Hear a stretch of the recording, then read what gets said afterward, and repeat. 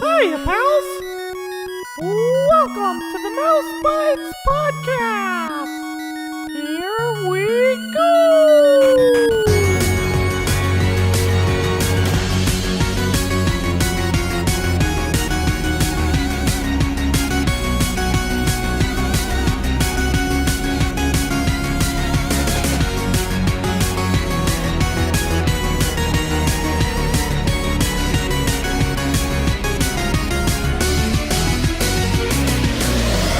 Hello and welcome to Mouse Bytes, the show all about Disney video games, past and present. This is episode 18 and I'm your host, Jeph, and today I'm joined as always by my co-host, Clay. How you doing, buddy? I'm doing well. How are you? I'm doing great. Good. I don't know about you, but summer is coming to an end. Quickly. It's really warm here right now, though, for some reason. Yeah, so. It's been a brutal week. We were in the upper 90s this week here, so it's I will welcome the end of summer and welcome fall and all that. Totally.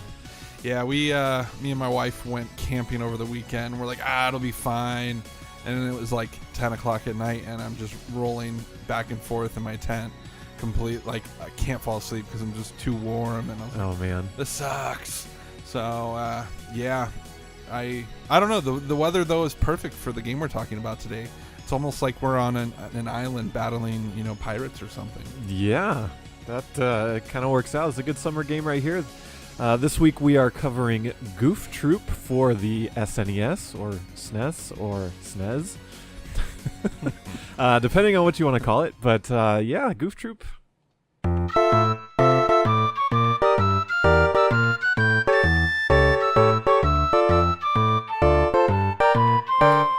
So as always, we'll start off with what the heck is this game? You want to kind of start us off with that? Yes, I will do that. This game is basically Zelda: Link to the Past, but with two-player. This really is the big part of it is that it is a co-op, two-player game, which not a ton of those on the SNES, at least like good ones. But yeah, it really feels like they took the main mechanics that you have in Link to the Past, as far as like picking up pots and throwing them, and that it really is kind of the whole gist of this game, mixed also with some puzzle elements, which are also kind of somewhat in Link to the Past as well. So that seems to be the big one people compare it against. There's a couple other games that have these like sliding block puzzles in them, and this is kind of part of that too. But yeah, top down view kind of thing. So pretty unique, even though it is very similar to Link to the Past, I would say. So yeah, I think it varies itself just enough to where it's not a Link to the Past clone. Like the you can only hold 2 items, but it's like you can't hold them in your like reserves, so like you have to leave something and then kind of go back and pick it up or swap it or whatever. So there's different elements like that. There's no primary weapon, and so it's kind of creative enemy elimination, stuff like that. So there's enough variation in my opinion. Definitely. Yeah, I'd agree.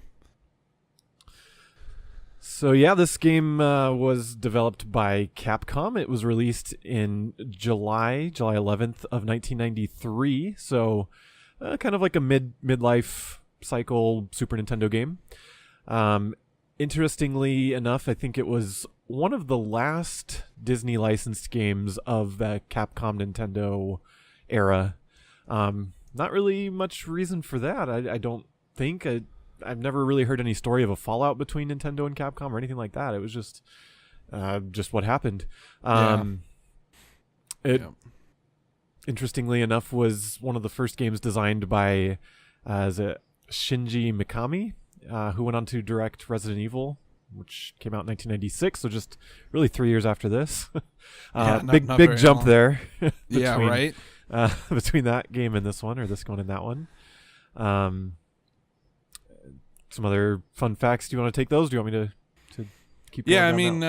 Yeah, so this game only came out on the SNES. It didn't come out on Genesis, so it was, specific to this console. I guess the only other thing really interesting worth noting, the Japanese version of this game had a difficulty setting not seen anywhere else, with higher difficulties, having harder versions of the block puzzles, as well as blocks being moved to different locations to make defeating enemies much more difficult, basically. And so something we didn't see in the US, probably would have been a welcome addition, just because this game, once you beat through it, there really isn't much reason to go back into it. And so I could see a higher difficulty, being nice back then. But no, just randomly also wanted to mention I love Capcom and I love their Disney games. In fact, their Mickey games are like my favorites. So this one is different enough than those, but even some of like the sound effects and the music in it just really make me excited to cover those games on the show, because they all feel very similar, but they're all just so top notch, really good. And so good old Capcom. It was kind of a bummer. I think they did some games after the Super Nintendo that were Disney, but they were like really lackluster, like point and click games or something. So and obviously their NES games, DuckTales and all that stuff were super high quality as well. So we're still in the golden years, thankfully, here, but not for much longer. So yeah. Yep, definitely. It's interesting about the difficulty thing. I don't know if the Japanese version came out later. I don't have a release date on that. But, if it was just something they just sort of had the time to add, or if it was kind of along the lines of like Super Mario Brothers 2 in Japan versus, what became known as the Lost Levels here, where they just thought it would be too hard for Western audiences and they just opted not to do it for us. I don't know enough there, but it was an unfortunate thing of the time. The games industry was newish and wasn't really standard set yet. So anyway, it's too bad. I kind of want to go back and play the Japanese one now and try the harder difficulty. I'm good. You're good. I felt like this one was plenty challenging for me. So yeah, fair enough. So speaking of this game or whatever, I guess not really speaking of anything, but do you have any history or nostalgia with this game prior to recording this episode? I'll give you props for trying the segue there. Yeah, I lost it. I was like, man, where am I going to take this? Yes, history with this game. This is oddly a game I really hadn't heard of until we started this show. And then out of nowhere, I kind of started hearing about it a lot. Dude, me too. Yeah, and I think we kind of finally were like, dude, have you heard of this game? And you're like, yeah, it's weird. I keep hearing rumblings of it. But I think the first time I ever saw something about it, I was either watching like a YouTube video about Disney games, or it was like underrated SNES games, or like the best co-op SNES game, some video like that. And this game got brought up, and I was like, interesting. That actually looks decent. And then I may have gone and like tested it out on a ROM to see what it was like. And then I think a short time after that, it was brought up on one of the podcasts that you and I listened to, and a guy was raving about it, I think from IGN. And so it was just I'm like, wow, people keep bringing this up. It must be actually pretty good. And so finally, we were like, all right, well, eventually, we talked about putting it on the schedule here. Finally, we put it on the schedule. And so I'm like, all right, I need to get a copy of this game. This is one that it looks like I would really like to have my own copy of. So I bought a copy, and then very shortly after I bought it, I realized it was not an original copy before I had even gotten it. And and I was like, it looked too nice, and the price was too good. Yeah. Because I think this game has risen in popularity over the last few years, and so the price has risen, not astronomically, but it's probably not as cheap as it had been in many years past. But anyway, I ended up getting it, and it works fine, and it's a good-looking copy. Yeah, it's not original, but it plays it fine, and so, I'll be like, all right, that's fine. I'll just never resell it and hold on to it, and it'll be my own little thing. I would have liked to have had an original copy, but that's all right. So really just in preparation for this episode has been the majority of my time playing it. So this is really kind of a first time for me playing through. So unfortunately, I only got to play this in single player. I wish that me and Jeph lived closer to each other so we could play together, but that was not possible, and I might have been able to convince my wife to play this, but she probably wouldn't have had the best time. Not that there's anything wrong with the game, but so I pretty much played this only in single player, unfortunately, but we can talk more about that later. Jeph, what about you? Well, my story is almost identical to yours in that regard. Pretty much had never heard of it, didn't know about it, and then you mentioned it not too long, after we started working on this show or whatever. And then, like, my favorite YouTube personality, this guy I watch who does, like, Mario Maker runs, just randomly put up an episode where he did a race of the game with another YouTuber. And that's right. I forgot about that. And I was like, what? And then that same week, literally that same week, on the IGN podcast that we listened to, they mentioned it as well, or it was like the trivia question or something. Like, they were talking very fondly of it, and I was like, are you kidding me? Like, never heard of this game. And then all of a sudden it's just from all angles I'm hearing about it, and so that was kind of my first exposure to it, and I was like, oh, this looks really cool. And so I checked it out pretty much at that point, and then played it for the first time just in preparation for this episode, and I really liked it. So yeah, I think this game is one of those that in recent years people have been like, hey, have you heard of this game? Like, it's totally like underrated, because people love finding like hidden gems from consoles. And I think this is one of those that maybe people weren't talking about 10 years ago, but now it's like, hey, there's this really cool game. It's actually pretty fun, and it's still pretty cheap. Like, I think people like that. It's like, there's this good game and you can still get it for cheap. And then people are like, whoa. Totally. And then eventually it's not cheap anymore. But so yeah, it's kind of had a resurgence in recent years, which is pretty cool. Like, I'm glad to see games like this that, like, heck, I hadn't heard of it and I had no idea it existed. And you wouldn't think that a game like this would be decent, because it is, after all, based on I guess it could be, but no offense, it's based on, like, the TV show. And so I think people would just expect it to be like, your run-of-the-mill platformer with no depth, Right, and exactly. The fact that it's like just this unique-ish, I mean, it's got influences from Zelda, but much more unique than most of the other Capcom games and stuff like that. Like, it was a pleasant surprise. Totally.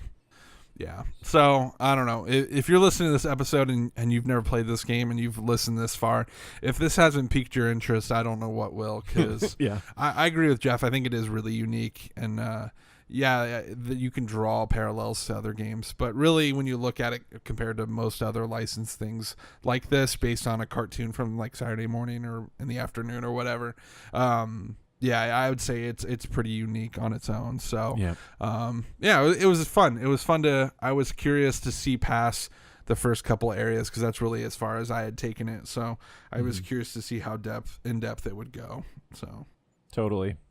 Well, that seems like as good a time of any to jump into our gameplay discussion.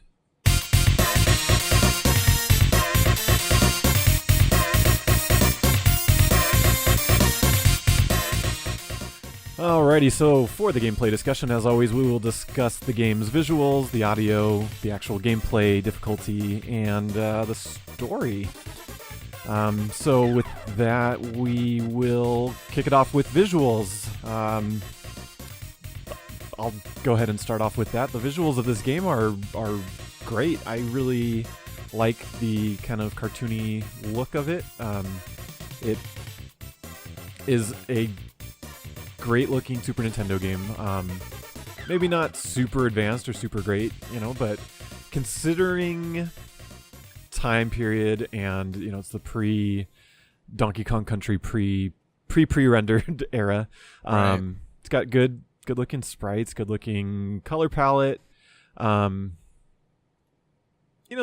character models all look good. They're cute. They're not identical to the cartoon per se, but they're a little bit stylized, almost kind of not sure what you would describe them as, but it looks good. And then, as we've said before, it's kind of that top-down Zelda looking view where it's the walls all kind of point down towards the middle, so it's not like you're at an angle or isometric or anything. It's it's got that 3D look that you're up in the sky. Right. What are your thoughts on the graphics? Yeah, I think they're awesome. Super colorful, which is nice. I mean, it's you got your you're in the tropics, starting out, so automatically you just got your bright blues and your bright greens, so it's just really, really pops. This is set in the, I guess you could say, the Goofy universe or whatever, and so pretty much everybody is this, like, I don't even know what you call them. They all have like black noses. Yeah. They're all kind of like Doggish. And, right. Yeah. And so, like, even the bad guys who are pirates still, have big, long dog noses and stuff. And so, yeah, it all seems very familiar, though. Yeah. It's got its Zelda thing going on where, if they don't want you going in this area, there's a tree there, so don't go there. So it all seems pretty familiar, which honestly makes it easier to just kind of pick up and go, which is nice. Yeah. And then the information that the game puts you up at the top visually is not too distracting, and it's informative and kind of keeps out of your way, so you feel like you have a nice big, open view of what's going on and stuff, which I appreciate. Yeah. And one thing visually I didn't really care for is there are no maps. So yeah, you that's can't a really good point. see what's been explored or where you've been, and I don't know, that's one Zelda thing. I was like, where's the map button? Yeah, they would have really benefited from that. Yeah, and so maybe you don't consider that visually like a thing we're saying, but I don't know. Sometimes I struggle with Zelda games that are these, isometric top-down ones or whatever. Yeah. I get lost, or I don't know where I've been, or I see an area that I can't get to, but I don't know how to get to it. And so there were points in this game where I was just like, I don't know what to do. But really, for the most part, I feel like they did a pretty good job making it relatively clear where you're supposed to be heading. Other thing worth mentioning, throughout the different levels, there are different themes, obviously. It's usually how levels are, and so they do a good job visually changing it up. It starts out bright and happy, and then it gets the overall visual tone gets more dark and moody towards the end and stuff. And so I think they did a pretty good job with that. Yeah. So yeah, visually I think this is a great looking game. Agreed. Yeah. Not too much more than that. It's like I agree with you. Like the UI, the information that's displayed is nice and basic and small. It's not. There were some games at the time where it was just kind of overly large user interface, kind of at the top often or the bottom of the screen, and this one keeps it pretty simple. You see kind of your icon of your character, how many lives you've got, your 2 items, and then some like hearts and stuff, but that's pretty much it. Yeah, so next after that we'll discuss the audio of the game, and right off the bat there's one thing that really bothered me about the audio, and it's just this really high-pitched sound that plays every time you kill an enemy. My wife, even as I was playing it last night, she's like, make sure you call out how awful that sound is. And nice. So yeah, it's every time you kill an enemy it just is like, Doo! I'll play that clip right now when we're editing this. Isn't that awful? Yeah. Yeah. That's awesome that your wife. I love it when my wife interjects and like, oh, that, and so you always know, like, all right, must not be pretty good. Yeah, it's an interesting choice. In fact, it reminds me, it's similar to a sound in this arcade game. I think it's Galaga, when like ships drop down. It sounds very similar to You know what it's also similar to is level 2. Yeah, level 2 of Donkey Kong Arcade, when those things are like hopping along the top and then they drop. Oh, like, maybe that's what I'm thinking of. Well, I think it might also be in Galaga. Now that you've mentioned that, we'll have to go back and play those as well. But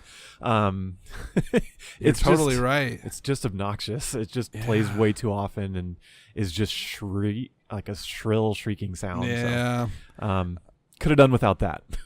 Totally. But beyond that, I like the music of the game. I like the sound effects. Other than that, pretty Zelda sounding with some of the item sound effects that I'm thinking of. Yeah, like the bell. The bell sounds like something from Zelda. Yeah, and like the hookshotty thing, the grappling hook sounds kind of like the hook shot. Not a whole lot of depth to it beyond that I can really think of. And the music, unfortunately / fortunately, is it's all original. That I can tell it's not really inspired by the show. Nope. Which is unfortunate. I know we always talk about this. Like, I would love to have had the show theme song just on the title screen, but it's not there. Yeah. I don't know that it's pretty basic background music where it doesn't really, none of it stood out to me per se, none of the little melodies, but it never got repetitive or intrusive, which is a good thing. I don't know. What are your thoughts on the music or any of the sound effects? Music wise, I really like the songs. I think they're really good. I think they do get a little too repetitive. Do you? Okay. But like what's there, I think is really good. I just feel like they could have done with a little bit more.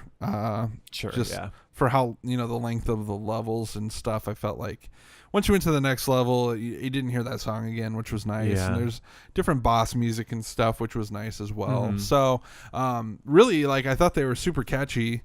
But I mean, if you're sitting there, playing with a friend or something, you probably wouldn't even notice it because you're kind of communicating and talking, right. So you probably wouldn't even think about it. But if you're just sitting there with the volume turned up real loud, it might get old eventually, especially if you die or it takes you a little longer if you don't know where you're heading in the level and stuff. But but still, I thought like really high quality Capcom style music. So totally, I was totally all right with that.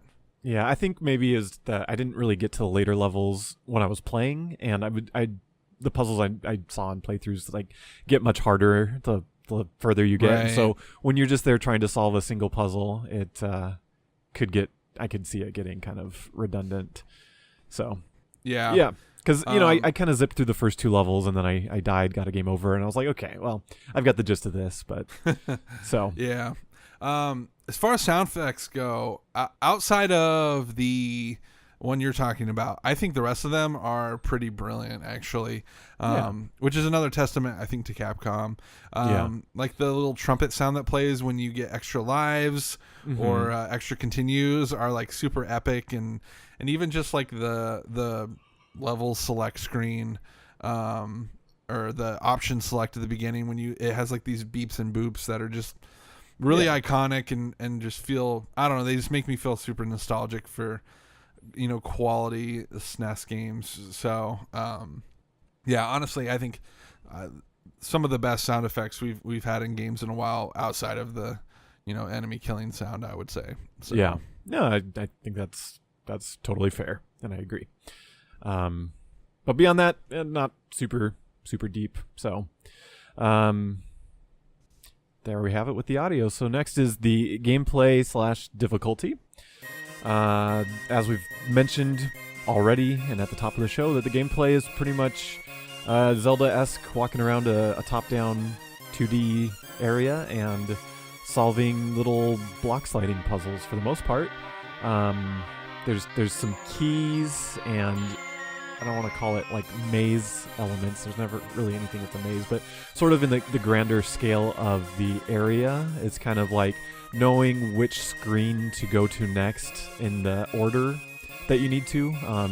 Example early on is you need to go find a specific item that you need to create a bridge, and then go back or backtrack if you've already gone to the other area to make the bridge to get across to get this other item, or to get this key to then go to this other area. And in that part, it's kind of like you have a central screen, and then you can go left, up, or right, and you just need to do it in the right order. So that comprises, I think, the gist of most of the gameplay. There's different things later on where you've got the spotlight effect, again similar to Zelda, where it's dark and you can only see just a little bubble around you. There's obviously the combat elements we talked about is just picking up and throwing things because there's no primary weapon. Some of the items you pick up, like the grappling hook, can stun enemies, so there's a little bit of gameplay strategy to that because fortunately, for the most part, you can outrun enemies, which I think is great. I hate games where you either run the same speed as or slower than enemies, and it's frustrating. So it's like you can kind of use the stun and then get away and then position yourself around an obstacle. The enemy AI is pretty smart for a Super Nintendo game, where they don't just, kamikaze right at you. They have a visual cone, so to speak, and they've got a little bit of randomness to their marching around the screen when they're just droning, and then if you get within their bubble of visual whatever, then they'll kind of pursue you. Interestingly enough, there's an item that's a bell, and that summons all enemies to kind of go after you, which is really cool. In strategizing using like the blocks, for example, you can kind of get yourself positioned or get the blocks positioned and then ring the bell. The enemies will kind of funnel into wherever you are based on your position, and then you can just kick the block and kill all the enemies and one fell swoop. So that's makes the gameplay a lot deeper than maybe it looks at the surface. Also, as far as like picking up stuff, items, you can just hit that button when there's not something in front of you, and your character will raise their hand, and you can actually catch things that are being thrown either by enemies or by other, if you're in 2-player, you can throw stuff to each other and catch it. It's kind of cool that you have to put your hands up to do that. Like, it's an extra thing that probably wasn't necessary, that it's a switch state as far as like either your hands are up or down, whereas, it can either just auto catch or, it's a button press where when you press it, they would lift their hands or whatever. But I thought that was interesting. But I've rambled on, so go ahead. It took me a minute to figure out that that's what that was for. I kept going like, why am I lifting nothing up? But then I think when you get to the first boss, there's like 4 barrels you can throw at the boss, and then after that, you don't have anything to throw.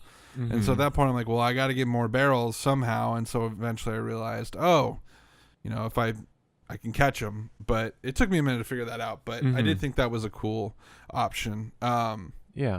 So other things worth noting, when you start the game, you can choose to either play as Goofy or Max. Or if you're in 2-player, you play as both. When you play in single player, you can have up to 2 items on you at once. When you play in 2-player, each character can only carry 1 item. And you have to work together in that way. Goofy and Max do play a little bit differently. Goofy is slower, where Max is faster. But Max has to throw projectiles at enemies. Not all enemies, but most enemies, like twice, whereas Goofy only has to do it once. He does like a 1-hit kill thing. And so there's some variation there to keep them, playing a little bit differently than each other.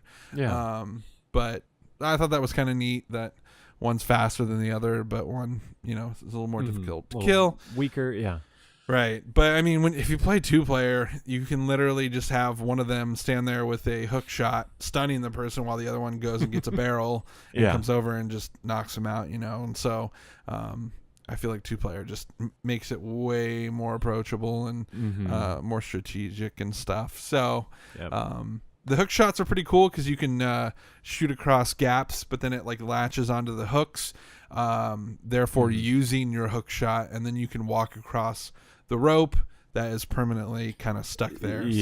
So worth mentioning, there's multiple of that item you can just keep picking up. Right. For a while there, I was like, wait, so if I use this, it's gone. But they do a pretty good job showing you, like, no, you get it back. And you also have to have keys used in your item slot, so you can't keep certain things if you have to carry a key. True. There was only a few times I had to backtrack to get a certain item, like a hook shot. But it wasn't too terrible, or usually I didn't have to backtrack very far to find something. So I did appreciate that. Lots of locked doors you got to get through.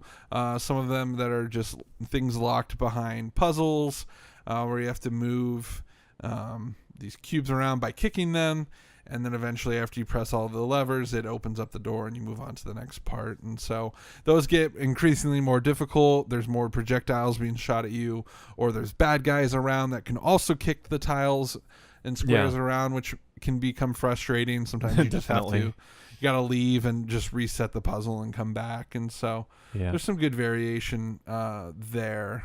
One thing I really liked was just and little details, and I'm huge fan of little details that are unnecessary. But like if you try to kick a block that's stuck against a wall or an item, they'll stub their toe and kind of do a little animation where they hold their foot.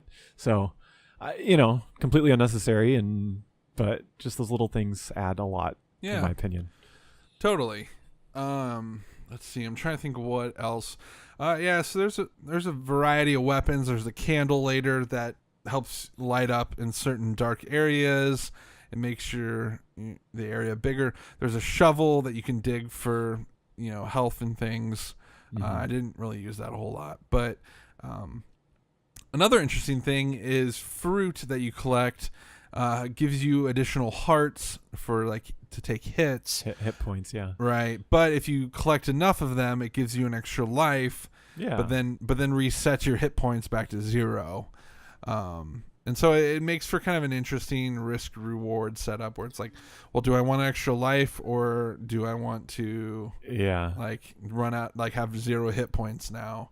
And it's interesting. I didn't think of it that way, but you're right. Yeah. Yeah.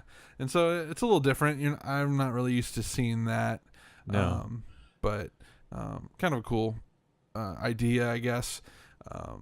But I don't know. At the beginning of the game, I started out with a bunch of lives, and then toward the end, I was struggling to have any lives. Yeah. Especially if you have to use a password to get back to a certain level if you game over.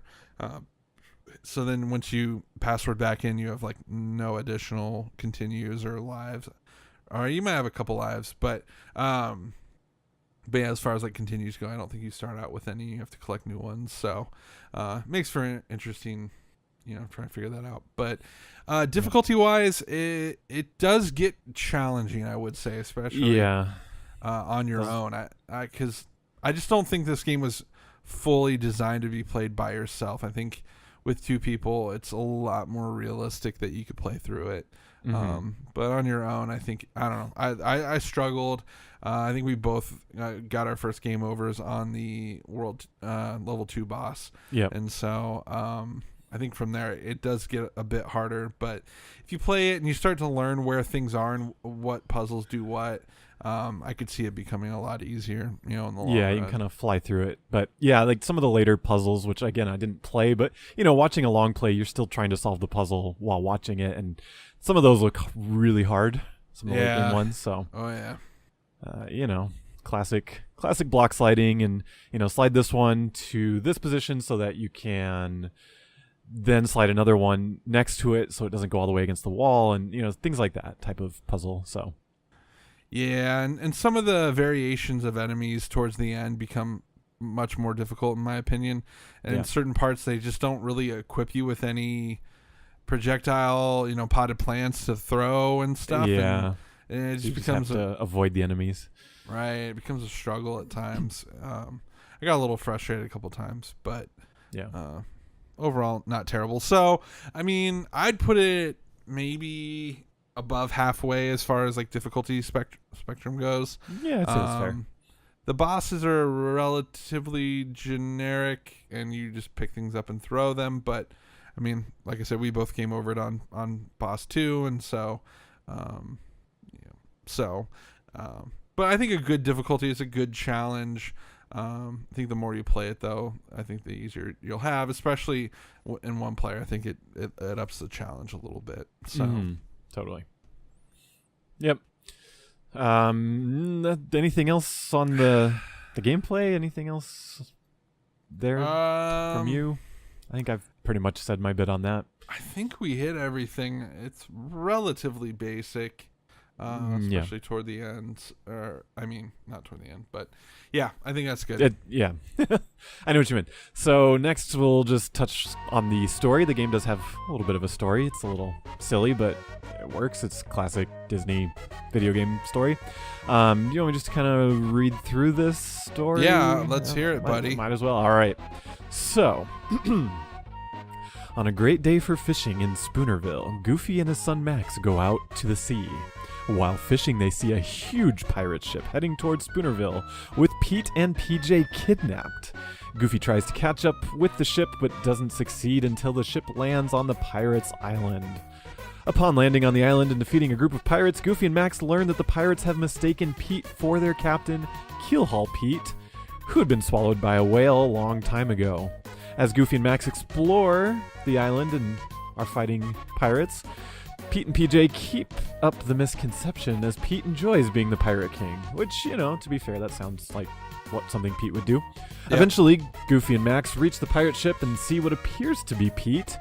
Goofy attempts to save him but accidentally knocks him out. Max then realizes that the person they assume to be Pete is actually in fact the real Keelhaul Pete, having returned after the whale spat him out. Concerned with the safety of their next-door neighbors, Goofy and Max infiltrate the pirate ship, climaxing with another run-in with Keelhaul Pete himself. After defeating him, they find the real Pete and PJ about to be fed to an alligator, and they promptly rescue them. Suspending Keelhaul Pete over the alligator in their place, Goofy, Max, Pete, and PJ return to their fishing trip. So, a little silly, a little fun, but right in line with kind of the the characters. Yeah, I'd say so. I like the whole Pete being confused for Keelhaul Pete. Yeah. I thought that was kind of a unique-ish thing, where there's a reason they got taken. They thought he was him or whatever. So I thought that was cool. It works. Do you know what PJ stands for? I do not. I've never really given it any thought. I don't know this for a fact, but I assume it's Pete Jr. Oh, I bet you're right. That would be my In thought. fact, I feel like I've even heard that now that you've said it, but I'm not totally sure on that. But considering the character of Pete and how conceited he is, I would be willing to bet you're absolutely right. Yeah, totally. Nice. So next up, we've got the levels of the game. There's 5 of them. I don't know if you just want to run through those or discuss. I wouldn't spend too much time on them. We could just briefly just kind of hit on what they are and kind of what they look like, maybe. Sure. So. Okay. So first level is the beach. So kind of as the story sets up, they kind of go to this island, and it's this tropical looking island, and there's water around and palm trees, and your kind of greens and tans / browns color palette. Right. I don't know, pretty beachy. Yeah, there's some water hazards. You gotta find some wood to cross some bridges and things, I guess. So yeah, there's some different enemies. Oh wait, that's the next level. Never mind. I was gonna say, kind of cool thing with some of the screens in this world, that I'm thinking about it. I don't remember seeing later in the game, but it's you'll come to a point where you enter the screen from the left, and you'll be on a little beach separated by water, and you can see stuff on the other side of the screen, but you can't get to it, so you have to actually go back and follow the logical layout of the map. And right. You can go kind of, go back to the left, go down, and then go to the right, and then go up, and you'll come back to that same screen and be in, a different part of it that you couldn't get to from the other entrance. So that's kind of cool. Yeah. Making the space line up correctly. Other than that, it's a beach. It's got some docks and stuff, like you said, that you can get some wood pieces to make little bridges, stuff like that. And it kind of moves then naturally into the next level, which is the jungle. And the jungle's kind of got this little bit darker greens to it, as if you're deeper into the island and there's less sunlight maybe. Right. For some reason, more standard trees rather than all palm trees. I guess it's just different vegetation. It's also got kind of more cliffs and dirty dirt, places where you can dig and dirt paths and stuff. So, yeah, and oddly, this one has a lot of cave parts to it, which there's another cave part to this game. I don't know. Yeah. So it Yeah, just feels like they didn't really know what to do with the jungle part, but yeah, I don't know. I wish there was more. These two are pretty similar in levels. They are. They kind of feel like an extenuation Yeah. of each other, and so it's not until the next level that you really get a harsh tonal change, if you ask me. Yeah. So, Yep. So the next level, there's a little cutscene in between the levels, and they show up at a castle that's just mysteriously in the middle of this pirate island. In between levels, also there's like a world map where you can kind of see the 5 levels as they are laid out on the island, which I thought was pretty cool. So yeah, you enter into the castle, and this one looks a lot like a Zelda dungeon. Oh yes, it does. And this is even what I was talking about at the beginning with the kind of top-down view, where the walls all go towards the middle of the screen. This one looks a lot like the castle in A Link to the Past. So, it's got your grays and whatever the stone, and then green flooring, purple flooring. Yeah. Pretty much that. There's like the moving cannonball rooms where you have to like run along with the cannonballs. Oh yeah, it's like straight out of Link to the Past. Super Zelda, yeah. The dark areas where you have to have the candle and you can only light up a little bit. That's totally straight out of Link to the Past. Yeah, it's interesting, some of the similarities here, which is it is what it is. It's fine, but would have liked to see them maybe try and make it look a little different. But even the gaps with like the black holes that enemies could be knocked down into and stuff like that. I mean, it's just so Link to the Past. But what can you do? And even honestly, even the boss at the end of this one, the cow skeletons, they like take off their head and throw it at you. Just reminded me of something. The skeletons from A Link to the Past, totally. Just the in-level enemies. But then next you move on to the cave, like you mentioned earlier, and this one, while it is slightly different than the cave in the jungle level, it is just sort of this kind of brown, darkish, grays and browns. Probably the weakest level visually, in my opinion. It does have some cool elements like minecarts and stuff, but yeah, the minecarts is cool. Wasn't super impressed with the use of or lack of color in the cave. Yeah. Looks like it's kind of lackluster level. Just visually, it's pretty boring, I guess. Yeah. Something we didn't really talk about in the gameplay was that there are different bosses at the end of each level. We kind of touched on it lightly in that we kind of died at them, but like this one in particular has an interesting boss at the end where it's like millipede caterpillar thing, and you're on kind of a hashtag for lack of a better description of it. It's kind of just this tic-tac-toe board where you've got 2 different colored centipedes coming at you, and for whatever reason these thumbtacks fall out of the sky, or nails or something, and you throw them out at this these things coming at you from different angles. And anyway, just each boss has got a slightly unique twist on it, but in general it's a matter of it'll provide you something to throw at some sort of boss. Some of them stationary, most of them stationary, kind of on a platform at the top of the screen, and for whatever reason this one's a little bit more unique than the others, so worth noting. I don't know, do you have anything else on the cave? Nope. Okay. And then the finale, the final level, and maybe something to critique about the game is that it just only does have 5 levels, a little short. It's maybe like an hour and a half long game. The last level being the pirate ship, and I like this one. I always love pirate looking stuff, and this is a couple years before Donkey Kong Country 2. So yeah, it's got some cool water effects. It looks like the ship is moving, or that the waves are moving past in some parts, not a lot. Actually, kind of just maybe on 1 or 2 screens at the beginning of the level. But yeah, you kind of start coming out of the cave and boarding the ship. The ship looks nice, kind of gray and red. And then you start on the deck of the ship and then work your way into the ship, which is kind of cool. And then it gets kind of dark, it's like in the caves. And then, there's a lot of like cavernous holes in the ship, oddly.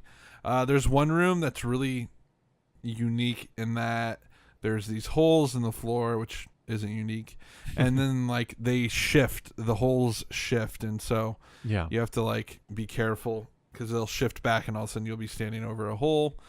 There's one where you have to get from one cavern to the other side, and there's this platform that you have to step on that has arrows. Yeah, that I was makes just looking the at that platform, which is like the exact same thing from granted this was before it, Mario 64. That's what it makes me think of. It is kind of like that. It's a little more puzzly because they change as you step on one. Yeah. So it's almost like a puzzle to solve. Essentially, it's a maze if you really think about it. It's kind of like like a blind maze, like go up, or I don't know any better way to describe it. It's kind of like, go this way, go this way, go this way, and just get this thing to move in just the right way to get you across without, backtracking or whatever. So. And there's no jumping in this game. No. And so you can't just like get kind of close and then jump the rest of the way. You have to be able to walk off of it. So they definitely pull out some more challenging things here at the end. Yeah. The capstan room puzzle is one of the hardest ones I think I saw.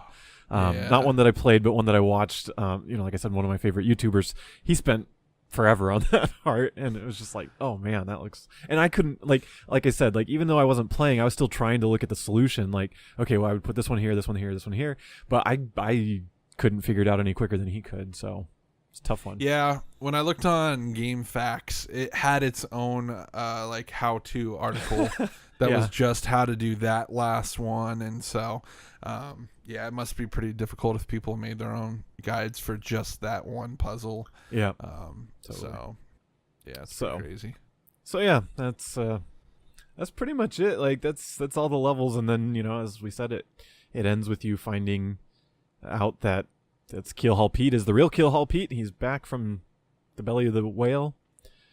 Very Pinocchio-ish and or biblical. I was gonna say Jonah. Jonah, yes. Yeah. So there you have it. I didn't watch the credits to this one for whatever reason. I usually do. They're so boring and slow.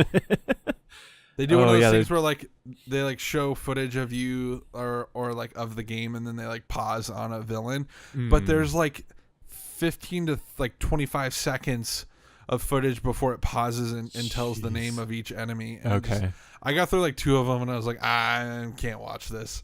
It's taking forever, and so I just was like, nope. But interesting. There's a credit. I like that they. Sorry, go ahead. Sorry. Go ahead. I was just gonna say I like that they give bad guys names and credits. Like I think that's cool. Mario Donkey Kong and does Donkey it. Kong. Kirby. Yep. Yeah, they Mario all do World. it. Like I thought. Yeah, that's another one. I like that, but it was just way too slow. Yeah. So. No, I just clicked into it on a long play that I've got. Scroll design is listed as a credit, like as a department. It's like, wow. Is that the text? Is that their translation for the text, or does that mean the screen scrolling? Like, is there a design for screen scrolling? Like, I don't know what that means. Interesting. No idea. But yeah, there's that. So. Huh. And one of the sound designers is literally listed as Elf. I don't know if that's a company or a person or what. So, yeah, it's interesting. Huh. That's funny. All right. But, yeah, that pretty much sums up Goof Troop for the Super Nintendo. Unless you've got anything else, we can probably jump into our final thoughts. Nah, man. Let's do it. Alrighty. So, final thoughts on this game for myself. It's a cool little game that's not something I normally would have played as far as style. I think if it wasn't a Disney Goof Troop property game, I probably wouldn't have wanted to play it. I'm not one for super hard puzzles in games. I like light puzzle elements like a Zelda, honestly. But I don't love the super late game complex puzzles that take too long to solve. Interestingly enough, Mario Maker is a game that I love, but when I get puzzle levels, I struggle really hard with them, and I just don't like those single screen puzzle levels. You know what I'm talking about? Yeah. Not my favorite type of gameplay for whatever reason. I would rather play, if that makes sense, like do combat, do moving around or chain reaction type stuff, but yeah, deep thinking puzzles, not really my thing in video games. That said, I really enjoyed this game. I really like it. I do still kind of want to go back and play through and finish it. And that says a lot about it, that I wasn't, even though I got a game over in level 2, I wasn't super frustrated. I wanted to keep playing, and I think that's a testament to the little nuances of the gameplay, and there's enough variety in things you can do, and the item swapping and whatever to make me want to keep playing it. I would recommend it. I think it looks great and plays great, sounds great. for the most part, other than the enemies dying, and I would recommend it. How about you? Awesome. Yeah, I definitely recommend it as well. If it really sounds interesting to you, go for it. I would maybe think twice if it's just on your own. But if you have somebody to play with, even more power to you to pick up a copy. I think it would. I mean, I didn't get to play it in 2-player, but from the research I did and watching other people play it in 2-player, I think it's just so much more fun. You throw stuff to each other. You can do these sweet like alley-oop things. Yeah. You can also kind of like daze each other, where you like hit each other in the head and you see stars. And so there's some fun to be had. And so it's unique in that way. There's not a lot of games on this show that we're going to cover that have 2-player co-op at the same time. And so I like it for that. I love games where I can play with another person, even if I don't necessarily have someone to play with right now in my life. But, you know, it is what it is. It's totally Capcom. Visually, it's great. Audio is really well done too. And so, yeah, I mean, for the price and everything, I think this is totally a hidden gem, especially based off, you know, a cartoon TV show, a licensed game, you know, would think wouldn't be that great, but totally unique and, not what I would have expected from a Goof Troop game, but I think they did a pretty darn good job with it. So, I really enjoyed my time with it, even if it did get a little frustrating, playing on my own at times. So good times. Indeed. Alrighty, well, I think with that, we will end this episode here. So thank you, everyone, so much for joining us and listening to us. If you haven't already, give us a follow on Twitter at mouse_bytes, bytes with a Y. That'll be your best source to kind of keep up with new episode releases and stuff like that. But you can also find us on thenintendovillage.com, and there we do have links to all the episodes, as well as our other shows that we have on the Nintendo Village. So check those out. We've got reviews and other similar types of shows like this, but with other Nintendo-focused content. Our episodes are on the Nintendo Village YouTube, so if you want to see gameplay for these episodes, you can see that there. And we're on pretty much all major podcasting outlets. So with that, thank you again, and join us next time for our episode all about Disney Magical World for the Nintendo 3DS. With that, everybody, have a great rest of your day. See you guys. And remember, report to the Goof Troop.